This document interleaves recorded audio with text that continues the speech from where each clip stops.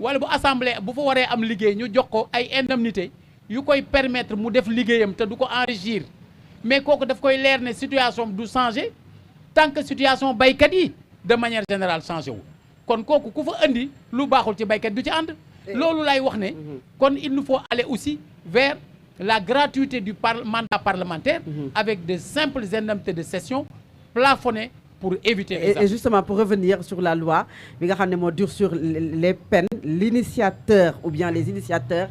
mooy ñi nga xam ne ñoom ñoo bokkoon ci ànd sàmm jikko yi et ñoom ñoo wax ne ñoom la ñu bëggoon ak daanaka li ñuy voté Assemblée nationale méngoo na c'est presque les mêmes peines démb un député à l'Assemblée nationale était ici sur le plateau en la personne de Mbaye Dione disant que ne su fa nekkoon da koy voté parce que nag ku amul xëy na la nga bëggoon soo amee loo xam ne def nañu ko ne effort muy aujourd'hui ce gouvernement c'est à saluer. Est-ce qu'aujourd'hui cette question n'est pas aujourd'hui en train d'être politisée par nos politiques? Non, cette question elle est politisée depuis le début. Disant que ne dama ko voté parce que non avant loolu bañ ko politiser mooy bañ ko jariñoo ci campagne locale ak législative 2022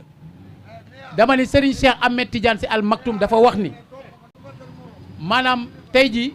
booy wax ne bu fekkee ne saa yoo amul la la gënal nga jël la fa sës nee na booba la gënal ñoru la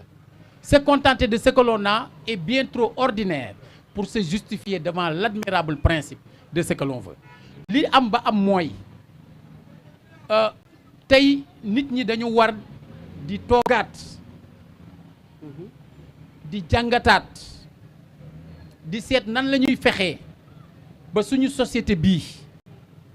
ñu dalal ko parce que dalul nag te jàmm gën moo gën fii moo gën fa nu jëm wax yu ñaaw yi dafa bëri jëf yu ñaaw yi dafa bëri te kenn amul intérêt ci ñuy xaabaabal ba àgg ci lenn li ñu fi dajale rek mooy ñuy feete luñ bokk mais ay nit mënuñu nekk war a feete dara ba pare di waxante lu ñaaw loolu normalul faw ñu delloo si li tax ñun ñëpp ñu yem ci feet gi mooy ay sénégalais lañ xalaat mën nañ ko wuute parce que yàlla daa bind te yemalewul gis-gis mën nañ ko wuute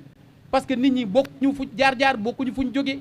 bokkuñu yar bokkuñu expérience bokkuñu aussi ay bëgg-bëgg kon ci benn mbir mën nañ cee bañ a bokk ay gis-gis maintenant ñàkk a bokk gis-gis mënta tekki ne koo bokkulul gis-gis da nga ko war di saaga da nga war di reyante ak moom ñiy nekk ci réseaux sociaux yi di saaga nit ñi di wax yu ñaaw joxatuñu cër kilifa yi ci réew mi wormaalatuñu kilifa yi ci réew mi nit sax day génn àdduna nga gis ci internet bi ñu saaga ko mais loolu dafa war a dakk alors que le débat public c'est la confrontation des idées et pas d'insultes. Alors bu ñu ñëwee tout à l'heure maa ngi koy wax la loi a été promulguée moment boo xamante ne quand même lu tax ma bëgg la ci laaj mooy c'est des problèmes sociétaux wax nga ko léegi ba ci jikko yi sax ci la bokk mais on parle d'homosexualité on parle de lesbianisme et depuis quelques jours ça fait quand même la une des quotidiens bëggoon naa ci am un peu ban appréciation nga am ci question boobu les enquêtes qui se poursuivent depuis le début quand même de cette affaire sans pour autant peut-être dugg xëy na sax ci tur yi respecter ci loolu il faut respecter yoon ci loolu te bañ ci dugg xam nga ñun dañoo nekk ci réew moo xam ne bokk na ci baat yi gën a yéeme mooy topp kaa maanaam dañ lay jàngal di la yar di la wax jëw baaxul wax lu la wóorul baaxul dañ naan la nit day seede lu mu xam mais boo xoolee saa yu ñuy wax ci nit ca la vues yi di gën a bëree ca la écho yi di gën a rëy maanaam il suffit ñu wax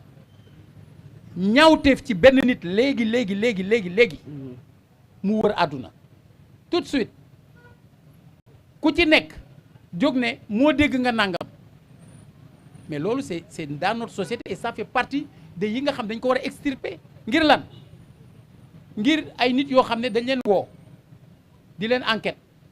war leen a àtte ji te ñu wax la ni tant que nit condamné wuñ ko de manière définitive dafa présumé innocent mais su fekkee kàddu gi yegg na ba benn niveau bi dafa wax yegg tontu yeggu fa am na koo xam ne fekke na kàddu bu njëkk bi la ca des dootu ko dégg daye dootu ko sax déglu loolu laay wax ne faw ñun ñi nga xam ne dañoo am benn yéene ci société te bëgg mu jag ñuy nangul police ar gendarmerie ak yooyu yëpp ñi nga xam ne ñoom ñoo yore wàllu enquête ñu nangul leen seen sañ-sañ xam nga France dafa amoon baatu inculpation mais dañoo toog ba bu yàgg yu mel nii daan am ñu dindi ko def mise en examen ngir dañ doon def bu ñu nee diw inculpé nañ ko rek mu mel ne coupable la ñu def mise en examen ñu xam ne kii dañ koy saytu kon kenn waxagul ne moom la ci wàllu woowu laay wax ni ñun dañu war a bàyyi xel muy ci loolu muy ci yeneen muy ñi ñuy woo di wax ne dañoo jalgatee yu ni mel lenn lu ca nekk nañu bàyyi yoon topp ba yàgg ca cëppaandaw ja tey jii boo xoolee yéen seen métier da ngeen daj lu nekk pour mën a toog fii mais dafa am ñoo xam ne seen téléphone la ñu yore di def li ngeen di def yéen ni ngeen di saytoo ak di vérifier di segg di am lu ngeen di seet ndax war ngeen ko génne war leen ko génne di bàyyi xel déontologie di bàyyi xel lu bëree bëri mais am na keneen koo xam ne yor na téléphone am ay followers yu bëri c'est-à-dire yow sa journal bi nga am tirage bi bëriwul boo defee 10 000 exemplaires sax 2000 yu du jar moom am na 1 million de followers bu dóoree benn affaire léegi mu tas tout de suite kenn ku ci nekk séddale ko mu dem ci ku nekk naa sa waay gis nga li ma gis mais loolu laay wax ni faaw ñu delloo si waat suñu bopp man nekkuma si position wu accuser kenn ci lenn parce que du sama cër fekkewuma xamuma gisuma nit ñaa ngi wax man bu ñu defee benn titre di wax si yëfu nit sax man du ma ko liir doo ko déglu man du ma ko du sax liir du ma ko liir waxantuma la ak déglu c'est-à-dire xalaatuma ko léegi nag suñu demee ba nangam am maanaam ñu dem ba egg ci cëppaandaw ja nit ñi am lu wér ci ne nag ay la yëwén nii la demee bu boobaa résultat boobu ñun ñëpp dinañ ci jot man dinaa ci jot alors justement bu ñu waxee déjà Thiès qui abrite la fête de l'indépendance avant may dugg foofu dañuy dugg ci les élections locales ndax ku ne xam ne normalement weeru janvier 2027 ñi nga xam ne ñoom ñoo nekk ca gox-goxaat yi ci la ñuy am seen mandat mu jeex ba ñu war cee dem est-ce que aujourd'hui yow nekkoon nga maire bu Thiès li ma bëgg a laaj mooy xemmemteef ndax amaat nga xemmemteef pour dellusiwaat ci mairie bi. man bi ma fi jógee laa wax du ma ñëwaat du dëgg bi ma fii nekk man maa doon juróom-ñaareelu maire u Thiès yàlla dogal ma def fi 7 ans 7 mois. quelle coïncidence yàlla moo dogal ma nekk 7e maire u Thiès.